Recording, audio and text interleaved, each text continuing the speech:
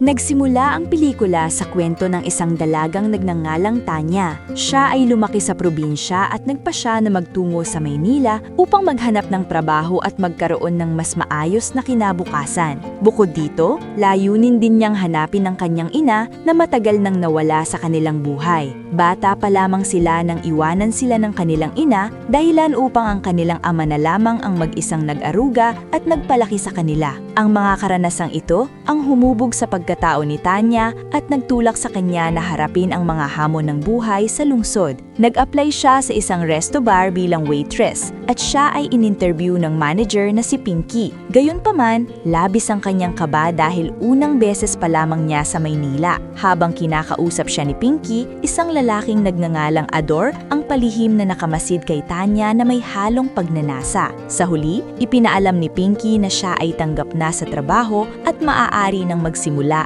kinabukasan. Sumunod na eksena, tinuruan ni Pinky si Tanya kung paano sumayaw, ngunit nagalit siya dahil masyadong mahinhin ang kilos ng dalaga. Ipiniliwanag ni Pinky na kailangan niyang maging mas flirty ang galaw at mas agresibo ang dating ng kanyang katawan kung nais niyang kumita ng mas malaki. Dahil dito, napaisip si Tanya sa mga salitang binitiwan ni Pinky. Isang gabi, matapos siyang sumayaw, sinabi ni Pinky na may isang customer na nagkagusto sa kanya at nais siyang makausap. Nang lapitan niya ang lalaki, bigla siyang sinunggaban nito sa akalang simpleng pag-uusap lamang ang mangyayari. Ngunit nauwi ito sa isang matinding bakbakan. Matapos ang kanilang matinding bardagulan, dumating si Pinky at binigyan si Tanya ng tip dahil sa pagiging mahusay niya sa trabaho. Nagpasalamat ang dalaga sa ipinakitang kabaitan ni Pinky at tinawag niya itong ate. Gayunpaman, sinabi ni Pinky na mas mabuting Mama San na lamang ang itawag sa kanya, sapagkat iyon ang tawag ng kanyang mga alaga sa kanya. Kinabukasan, dumating si Tanya na may dalang siomay na ikinatuwa ni Pinky dahil paborito niya raw iyon. Sa paglipas ng panahon, lalong naging mas malapit ang samahan nilang dalawa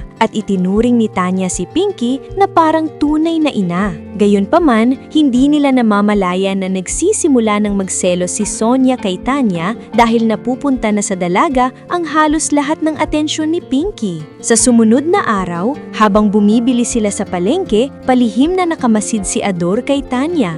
Dito nabunyag na kasintahan pala ni Pinky ang mahilig na si Ador. Makalipas ang ilang sandali, nagtanong si Tanya kay Pinky kung maaari siyang mag-absent kinabukasan dahil kailangan niyang maghanap ng bagong matitirhan. Dahil dito, naisip ni Pinky na sa kanyang apartment na lamang patuluyin si Tanya kaya isinama niya ito roon. Isang araw, habang naghahanda ng almusal si Tanya, nagpaalam si Pinky at sinabing magbabayad lamang siya ng kuryente at sabay na silang papasok ni Ador sa resto. Matapos maligo ni Tanya, dumating si Ador at ibinigay ang regalo niyang underwear sa dalaga at hiniling na isuot niya ito. Nang maisuot iyon ni Tanya, biglang nag-init ang karburador ni Ador at sinibak ang dalaga. Pagkatapos ng bakbakan ng dalawa, lihim na kinuhanan ni Ador ng larawan si Tanya habang siya ay walang saplot. Kinabukasan, habang nagluluto si Tanya, muli siyang nilapitan ni Ador upang landiin, ngunit tumanggi siya at dumating si Pinky upang kumain. Pagsapit ng hapon, ipinakita ni Ador kay Tanya ang larawang kuha niya noong nakaraan. Nagalit si Tanya at hiniling na burahin ito, subalit sinabi ni Ador na gagawin lamang niya iyon kung tutulungan siya ng dalaga sa kanyang problema. Sinabi ni Ador kay Tanya na may malaki siyang utang sa kanyang kaibigan at wala siyang pambayad.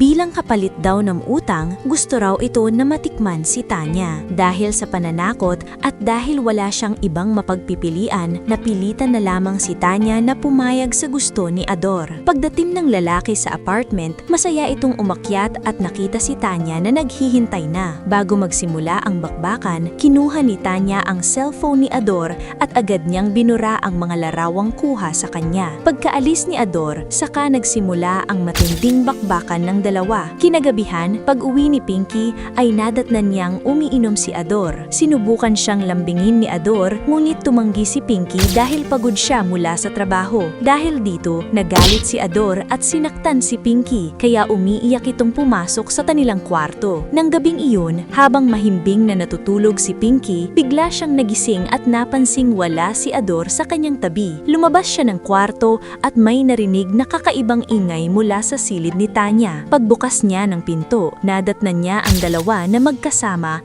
at gumagawa ng milagro. Galit na galit si Pinky at pinalayas niya sa apartment si Ador. Sinabi naman ni Tanya na pinilit lamang siya ng lalaki. Nauwi sa matinding pagtatalo ang dalawa hanggang sa masabi ni Tanya na wala siyang silbing ina dahil noong mamatay ang kanyang ama ay wala man lang nag-alaga sa kanya. Pagkatapos nito, ipinakita ni Tanya ang isang lumang larawan. Nang makita iyon ni Pinky, napagtanto niyang anak niya si Tanya at ipiniliwanag niya ang tunay na dahilan kung bakit niya ito iniwan noon. Ipinaliwanag ni Pinky na dahil sa hirap ng kanilang buhay sa probinsya, napilitan siyang pumunta sa Maynila upang magtrabaho. Subalit nabaon siya sa utang kaya hindi na nakabalik sa kanila. Humingi siya ng tawad kay Tanya at yinakap ang isa't isa habang umiiyak. Matapos ang lahat ng nangyari, nagpasya ang mag-ina na bumalik sa kanilang probinsya upang magsimula muli at iwanan ng madilim at masalimuot nilang nakaraan. Dito, pinili nilang harapin ng magkasama ang bawat bagong hamon at pagsubok na darating sa kanilang buhay.